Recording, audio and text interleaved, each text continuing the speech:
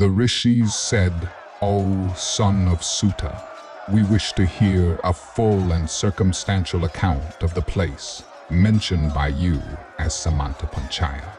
Sati said, "Listen, O ye Brahmanas, to the sacred descriptions I utter, O ye best of men. Ye deserve to hear of the place known as Samantapanchaka. In the interval between the Treta and Dwapara Yugas, Rama, the son of Jamadani, great among all who have borne arms, urged by impatience of wrongs, repeatedly smote the noble race of Kshatriyas. And when that fiery meteor, by his own valor, annihilated the entire tribe of the Kshatriyas, he formed at Samantapanchaka 5 lakes of blood.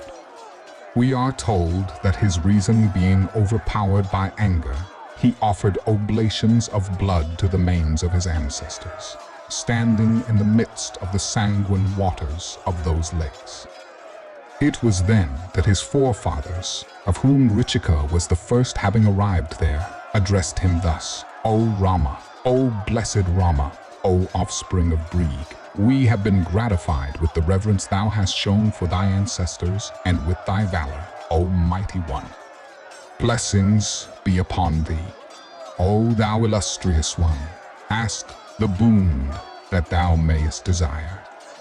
Rama said, "If, O fathers, ye are favorably disposed towards me, the boon I ask is that I may be absolved from the sins born of my having annihilated the Kshatriyas in anger, and that the lakes I have formed may become famous in the world as holy shrines."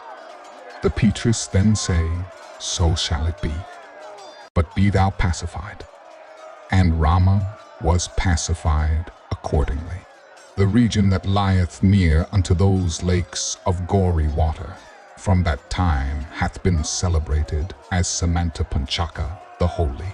The wise have declared that every country should be distinguished by a name significant of some circumstance which may have rendered it famous. In the interval between the Dwapara and the Kali Yugas, there happened at Samantapanchaka the encounter between the armies of the Kauravas and the Pandavas. In that holy region, without ruggedness of any kind, were assembled 18 Akshahinis of soldiers eager for battle. And, O Brahmanas, having come thereto, they were all slain on the spot. Thus the name of that region, O Brahmanas, hath been explained, and the country described to you as a sacred and delightful one. I have mentioned the whole of what relateth to it, as the region is celebrated throughout the 3 worlds. The rishis said, "We have a desire to know, O son of Suta, what is implied by the term Akshohini that hath been used by thee.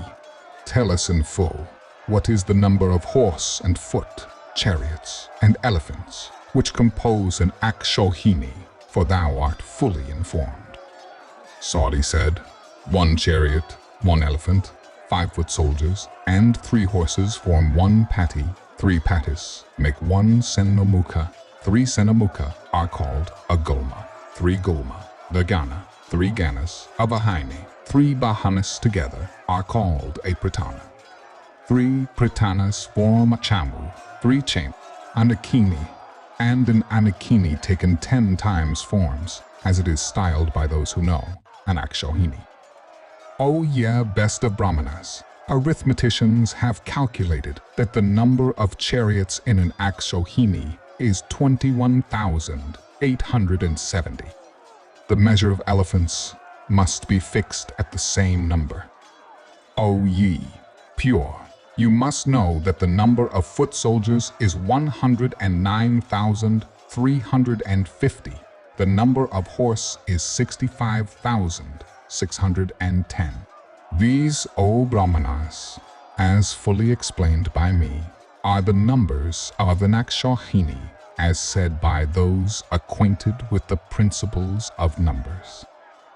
O best of Brahmanas, according to this calculation, were composed the 18 Akshohinis of the Kaurava and the Pandava army. Time whose acts are wonderful, assembled them on that spot, and having made the Kauravas the cause, destroyed them all. Bhishma, acquainted with choice of weapons, fought for 10 days. Drona protected the Kauravahinis for 5 days. Kama, the desolator of hostile armies, fought for 2 days, and Salya for half a day. After that lasted for half a day, the encounter with clubs between Duryodhana and Bhima. At the close of that day, Aswathaman and Kripa destroyed the army of Yudhishthira in the night while sleeping without suspicion of danger. O Sonika, this best of narrations called Mahabharata, which has begun to be repeated at thy sacrifice, was formerly repeated at the sacrifice of Janamejaya by an intelligent disciple of Vyasa. It is divided into several sections. In the beginning are Pasha, Paloma, and Astika Parva, describing in full the valor and renown of kings. It is a work whose description, diction, and sense are varied and wonderful. It contains an account of various manners and rites. It is accepted by the wise, as the state called Vairagya is by men desirous of final release.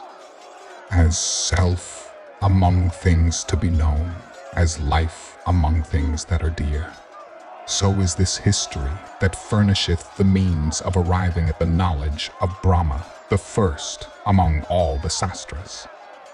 Then comes Saraswata, and then the descriptions of holy shrines, and then genealogies.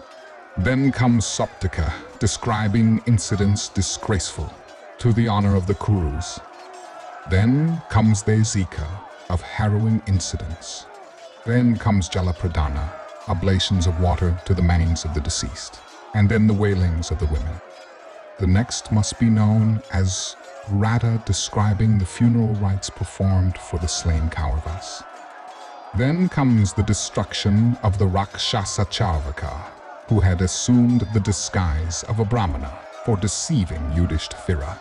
Then the coronation of the wise Yudhishthira. The next is called the Grihapravibhaga. Then comes Untai, then Rajadharmanusasana, then Apadharma, then Mokshadharma.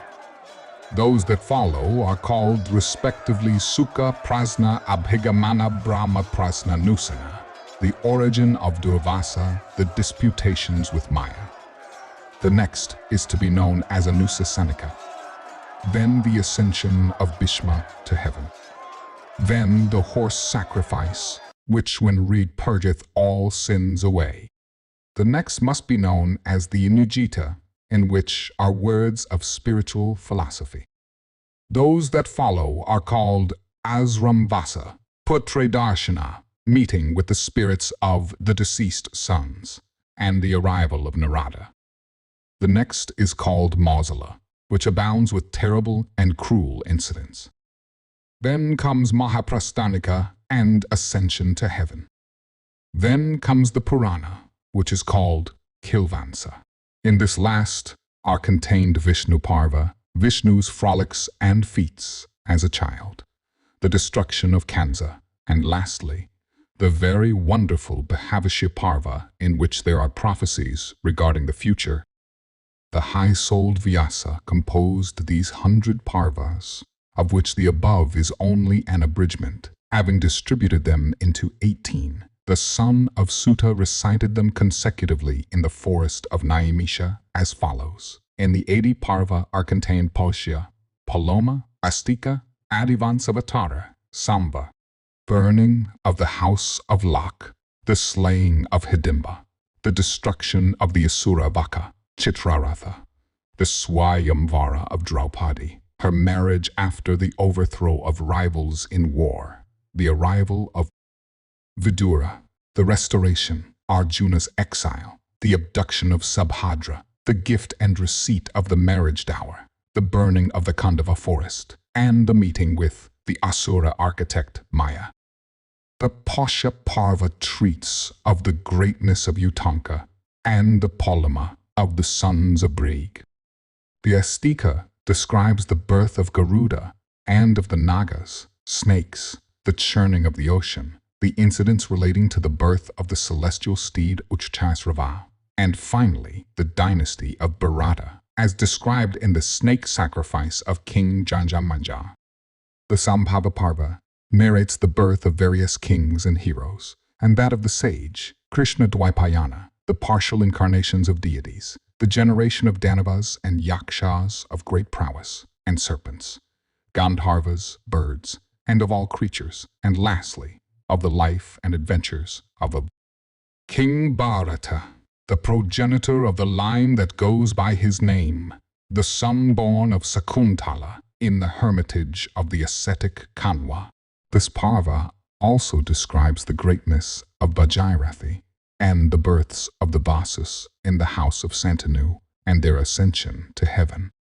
In this Parva is also narrated the birth of Bhishma, uniting in himself portions of the energies of the other Vasas, his renunciation of royalty and adoption of the brahmacharya mode of life, his adherence to his vows, his protection of Chitrangada, and after the death of Chitrangadatta, his protection of his younger brother, Vichitravirya, and his placing the latter on the throne, the birth of Dharma among men in consequence of the curse of Anamandevya, the births of Dhritarashtra and Pandu through the potency of Vyasa's blessings, and also the birth of the Pandavas, the plottings of Duryodhana to send the sons of Pandu to Varanavata, and the other dark counsels of the sons of Dhritarashtra in regard to the Pandavas, then the advice administered to Yudhishthira on his way by that well-wisher.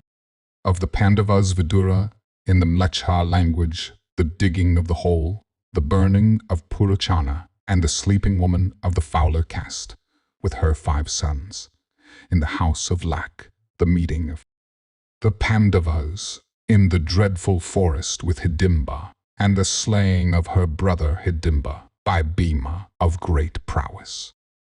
The birth of Gatacha, the meeting of the Pandavas with Vyasa, and in accordance with his advice, their stay in disguise in the house of a Brahmana in the city of Ekachakra, the destruction of the Asura Vaka, and the amazement of the populace at the sight, the extraordinary births of Krishna and Drishtadyumna, the departure of the Pandavas for Panchala, in obedience to the injunction of Vyasa. Then comes the third Parva, called Aranyaka, relating to the forest. This Parva treats of the wending of the Pandavas to the forest and the citizens, following the wise Yudhishthira, the adoration of the god of day, according to the injunctions of Dadnya, to be gifted with the power of maintaining the dependent Brahmanas with food and drink, the creation of food through the grace of the sun, the expulsion by Dhritarashtra of Vidura, who always spoke for his master's good, Viduras, coming to the Pandavas and his return to Dhritarashtra at the solicitation of the latter, the wicked Duryodhana's plottings to destroy the forest-ranging Pandavas, being incited thereto by Karna, the appearance of Vyasa and his dissuasion of Duryodhana bent on going to the forest, the history of Surabai, the arrival of Maitreya, his laying down to Dhritarashtra, the course of action, and his curse on Duryodhana, Bhima's slaying of Karmira in battle, the coming of the Panchalas and the princes of the Vrishni race to Yudhishthira, on hearing of his defeat at the unfair gambling by Sakuni, Dhananjaya's allaying the wrath of Krishna, Draupadi's lamentations before Madhava, Krishna's cheering her. The fall of Sava also has been here described by the Rishi, also Krishna's bringing Subhadra with her son to Dwarka, and Drishtadyumna bringing the son of Draupadi to Panchala, the entrance of the sons of Pandu into the romantic Dwaita wood, conversation of Bhima, Yudhishthira, and Draupadi, the coming of Vyasa to the Pandavas and his endowing Yudhishthira with the power of practice-smriti. Then, after the departure of Vyasa, the removal of the Pandavas to the forest of Kamyaka, the wanderings of Arjuna of immeasurable prowess in search of weapons, his battle with Mahadeva in the guise of a hunter, his meeting with the Lokapalas, and receipt of weapons from them, his journey to the regions of Indra for arms, and the consequent anxiety of Dhritarashtra, the wailings and lamentations of Yudhishthira on the occasion of his meeting with the worshipful great sage Brihadasawa. Here occurs the holy and highly pathetic story of Nala, illustrating the patience of Damayanti and the character of Nala. Then the acquirement by Yudhishthira of the mysteries of dice from the same great sage. Then the arrival of the Rishi Lamasa from the heavens to where the Pandavas were, and the receipt by these high-souled dwellers in the woods of the intelligence brought by the Rishi of their brother Arjuna. Staving in the heavens, then the pilgrimage of the Pandavas to various sacred spots in accordance with the message of Arjuna, and their attainment of great merit and virtue consequent on such pilgrimage. Then the pilgrimage of the great sage Narada to the shrine Putasta, also the pilgrimage of the high-souled Pandavas. Here is the deprivation of Karna of his earrings by Indra. Here also is recited the sacrificial magnificence of Gaia. Then the story of Agastya, in which the Rishi ate up the Asura Vatapi, and his connubial connection with Lopamudra from the desire of offspring. Then the story of Rishi Asringa, who adopted brahmacharya mode of life from his very boyhood. Then the history of Rama of great prowess, the son of Jamadangi, in which has been narrated the death of Kartavirya and the Hihayas. Then the meeting between the Pandavas and the Vrishinis in the sacred spot, called Prabhasa. Then the story of Sukanya, in which Chavana, the son of Vrig, made the twins, Aswinis, drink at the sacrifice of King Saryati, the soma juice, from which they had been excluded by the other gods, and in which besides is shown how Chayavana himself acquired perpetual youth as a boon from the grateful Aswinis. Then hath been described the history of King Mandhata, then the history of Prince Jantu, and how King Someka, by offering up his only son, Jantu, in sacrifice, obtained 100 others. Then the excellent history of the hawk and the pigeon. Then the examination of King Sivi by Indra, Agni, and Dharma. Then the story of Ashtavakra, in which occurs the disputation at the sacrifice of Janaka between that rishi and the first of logicians, Vandi, the son of Varuna, the defeat of Vandi by the great Ashtavakra, and the release by the rishi of his father from the depths of the ocean. Then the story of Yavakrita, and then that of the great Ravya. Then the departure of the Pandavas for Gandhamadana and their abode in the asylum called Narayana. Then Bhimasena's journey to Gandhamadana at the request of Draupadi in search of the sweet-scented flower.